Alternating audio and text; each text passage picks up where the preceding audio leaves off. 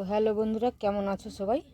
আশা করি সকলেই ভালো আছে। খুব ঠান্ডা পড়ে গেছে, সকলে ভালো থাকবেন। তো আজকে আমি বানাচ্ছি একটু তেলাপিয়া মাছের ঝাল। এই কাঁচা তেঁতুল দিয়ে আমি ঝাল করছি। অনেক দিনের ইচ্ছা ছিল যে কাঁচা তেঁতুল দিয়ে মাছের ঝাল করব, তাই আজকে কাঁচা তেঁতুল দিয়ে আমি ঝাল করছি। তো আপনাদের সঙ্গে শেয়ার করছি, প্রথম থেকে শেষ পর্যন্ত দেখতে থাকুন। তো আমি এখানে কাঁচা তেঁতুল নিয়েছি, কাঁচা লঙ্কা নিয়েছি, আর এখানে জিরা সরষা বাটা নিয়েছি। আর আমি এতে পেঁয়াজ ব্যবহার করব না। তো এবারে রান্নার কাছে চলে যাচ্ছি। তো মাছটার মধ্যে হলুদ দিয়ে আমি মাখিয়ে নিচ্ছি একটু। তো আমি এখানে উনানের মধ্যে আগে থেকে কড়াটা বসিয়ে দিয়েছিলাম। কড়াটা গরম হয়ে গেছে, তো কড়ার মধ্যে আমি একটু তেল দিয়ে দিচ্ছি।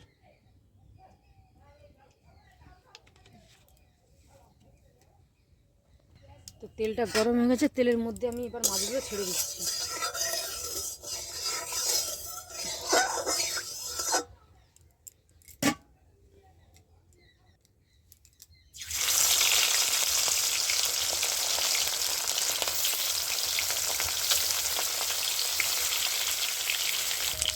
তো মাছটা আমি সব দিয়ে দিয়েছি, এবারে মাছটা আস্তে আস্তে ভাজা হতে থাকবে।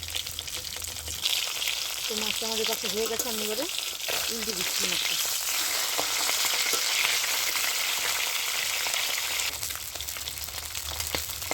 তো মাছটা আমার হয়ে গেছে এরকম লাল করে ভাজা।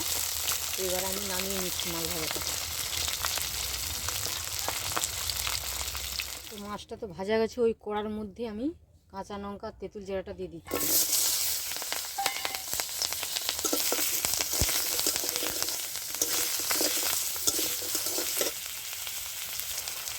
এবার আমি মশলাটা দিয়ে দিচ্ছি, বেটে রাখা মশলা, পরিমাণ মতো নুন, একটু হলুদ গুঁড়ো। তো মশলাটা আমি ভালো করে কষিয়ে নেব। আপনারা চাইলে এতে গুঁড়া লঙ্কা দিতে পারেন, আমি গুঁড়া লঙ্কাটা দিলাম না, আমি শুধু কাঁচা লঙ্কা দিয়ে রান্নাটা করছি। তো আমি এখানে তেলাপিয়া মাছ নিয়েছি, আপনারা চাইলে যে কোনো মাছই নিতে পারবেন। তো মশলাটা আমার কথা বলতে বলতে কষানো হয়ে গেছে, আমি এবারে জল দিয়ে দিচ্ছি।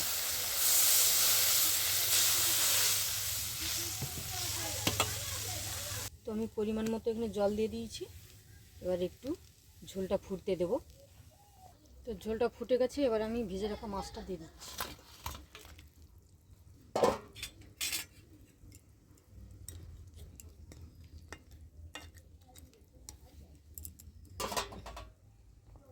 তো মাছটা দিয়ে আমি কিছুক্ষণ রান্না হতে দেবো, তারপরে আমি নামিয়ে নেব।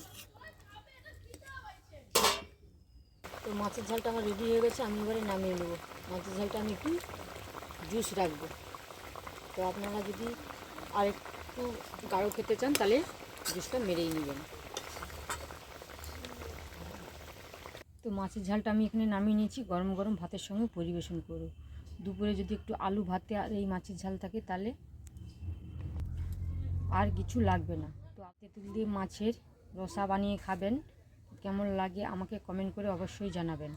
আর আমার চ্যানেলটি যদি ভালো লাগে লাইক শেয়ার কমেন্ট করে আমার পাশে থাকবেন। নমস্কার।